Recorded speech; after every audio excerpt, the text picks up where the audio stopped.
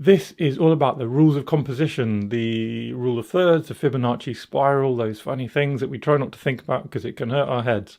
But actually, they can be quite easy. And hopefully you'll see that in this really short video. This is just me releasing a sort of clip, one of the lessons from my most popular class on Skillshare, which is all about continuous line sketching for urban sketching. If you want to join me, and no pressure, but if you want to join me, there's an affiliate link below, a referral link which gets you a month off a year's membership. Of course, gets me a little bit of money as well. If you don't want to join me, that's no problem. Stick with me here, and I'll always be releasing free things here several times a week. Anyway, up next, let's have a little look at composition in our thumbnail sketches.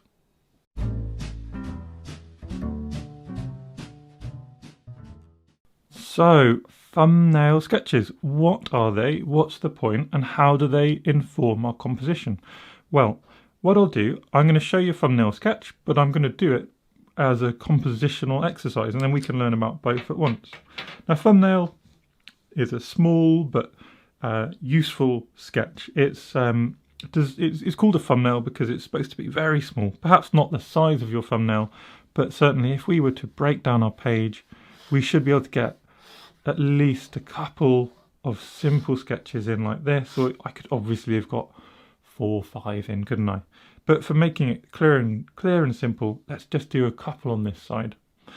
So how do they inform composition? Well, because they're a really quick exercise, it means that we can do a few of them. We really don't want to spend very long, but we can certainly do a few sketches, and by doing so, we can see just which one looks best, which one has the best flow and composition. Now, the important rules of composition, the really simplest rules are the rule of thirds. So we divide our sketch, our paper, into 3. We do that vertically and horizontally. And what we want is for our area, our focal point, our most interesting parts of the sketch to be sort of situated on one of these intersecting points. And then there's this idea of the Fibonacci spiral. So that is a spiral which sort of looks something like this, comes round, and that is the flow of the image. And that could be any way round. So you could flip it over, you could flip it here. But here it means the most detail. You see where these lines are tightest together, that's where your most detail is. So you want, let's say, in our photo we're going to use for the final project, perhaps we want our pub to sit here, because then the pub is now situated almost entirely within this tight area of spiral.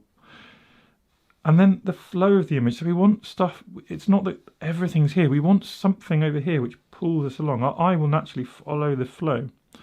And a really lovely way of introducing sort of that kind of flow is simple things like pavement. So if we draw in our pavement, look how it brings the image round. It flows like this.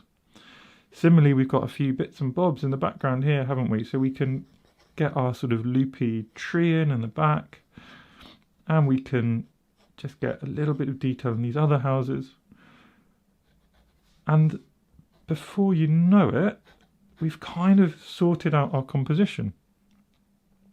So by doing a rule of thirds and splitting things apart, we can work out how to compose our image to the best effect.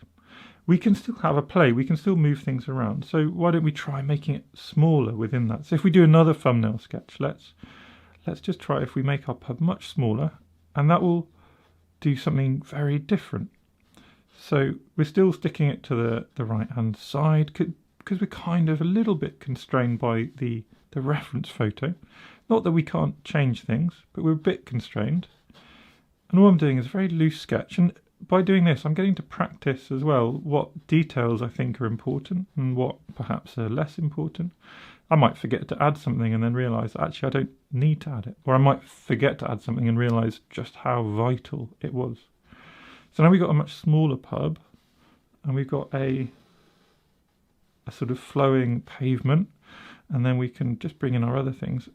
And you know what? When we now look at this, I would say it just is not as engaging, is it? So if we just make this a bit bolder, there's so much empty space that the eye doesn't really have anywhere to look.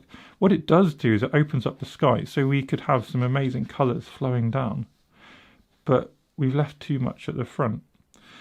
So the final option then would be if we just flop over here, we do one more little sketch.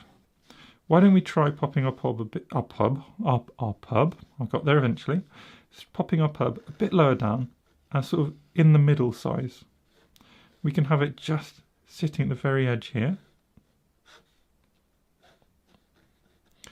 Got our little shapes, and again just practicing like, how much do we need? How much do we really need?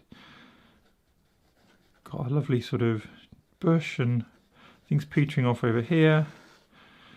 And then now we've got this really big sky, but we've also got a big area of interest, and actually it's sitting really nicely. If we draw our shapes, it's sitting really nicely in our spiral and in this rule of thirds. So I got there eventually. I think this is what we'll go for. So we'll go for quite a nice big sky, because you look at those colours in the reference and you can see it's something which could be really interesting just to make a feature of. But we can also make the pub interesting. I love these chimneys. I always love chimneys, so I didn't learn anything there, but I love these chimneys. And we'll see, I think this is really important, this pavement, because otherwise there's a lot of empty space. And we'll see how everything else flows just as we start doing our sketch.